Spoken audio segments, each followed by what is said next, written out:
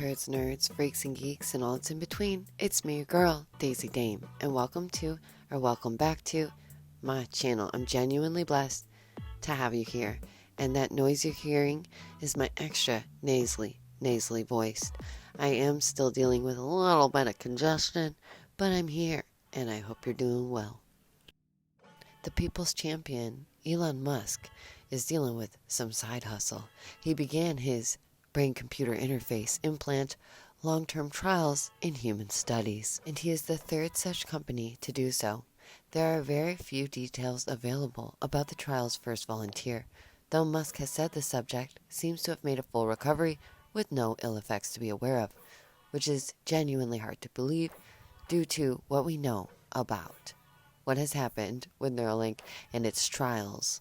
Per usual, there is no proof offered beyond this point, and we are meant to just take Musk at his word, essentially. And in addition to Neuralink's ambitious goals to giving paralyzed patients a renewal of mobility or communication, and they say, imagine if Stephen Hawking could communicate faster than the speed of a typist or auctioneer, Musk posted on X.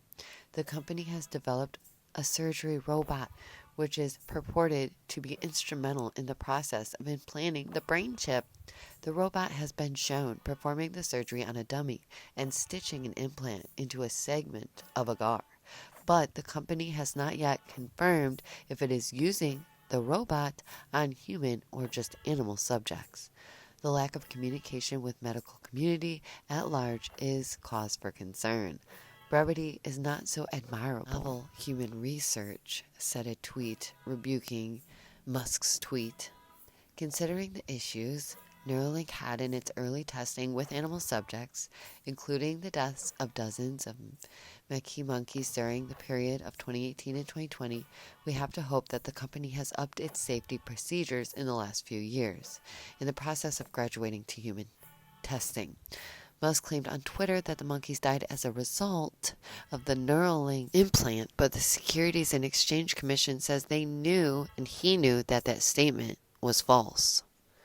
Which means, yeah, they did obviously pass because of that. Good golly. They go on to say that so far Neuralink hasn't really broken any new ground. The BCI implants have been capable of moving a cursor on the screen with a human subject since 2004. And earlier in non-human primate subjects, until the company finds it prudent to tell the world a bit more about its process and the functions it is capable of controlling. There's no way of knowing whether Neuralink actually will accomplish any goals that it had set for itself, but I found that really curious. Speaking of curious, let's get into part 2. Praise the AI gods, or go. Elon is pushing singularity, and the world is very much ready for it. No, Elon Musk, AI self-awareness is not inevitable. Anthropic's recent release of Claude 3 touched off a decades-long debate within artificial intelligence community. On March 4th, the same day, Anthropic launched Claude 3. Alex Albert, one of the company's engineers, shared a story on X. The hard problem, though, is he stemming the scientific method. It involves answering the question of why and how as it relates to consciousness. Why do we perceive things in certain ways? How is a conscious state of being derived from or generated by our organic brain? When we think of these systems, capture something deep about ourselves and our thinking. We induce distorted and improvised images of ourselves and our cognition. Though scientists have made attempts to answer the hard problem over the years, there has been no consensus. Some scientists are not sure that science can even be used to answer such a hard problem. Elon Musk, responding to the post, agreed, saying, "It is inevitable, very important to train AI for the maximum truth, and insisting on diversity. Or it may conclude that there are too many humans of one kind or another to arrange for some of them to not be a part of the future." The issue that remains is no identified understanding of human intelligence or consciousness, which actually we looked at something that kind of does go into that, but we'll save that for later. That gateway theory. Anyways, we'll go back into this. I understand the purpose, but it is important that the simple idea that humans have something inherently wrong with them is absurd, and it's no longer just NASA who's trying to play God. Let's take a look for just a moment at other headlines, and I think this might be a really great idea for a brand new old type of show. Now more than ever, the show that fits the times we're in would be Sick Sad World. Genuinely. If you haven't seen Daria, it's a must. It's really good. But Sick Sad World was always a big part of that show, and it really does remind me of the current times, because a lot of the stories that we see are so contrived and scripted, of course, and made up, and a lot of it is just fodder. A lot of it makes no sense at all, and a lot of it is brain goop, brain rot. And unfortunately, we all, get too comfy falling into that. But most importantly, I think my woolly dreams may come true. Scientists grow elephant stem cells in key step towards woolly mammoth de-extinction. Now, why would they want to do that? I find that really curious. It's not as if it's just a simple magic trick and poof, they're here, right? It must take so much work.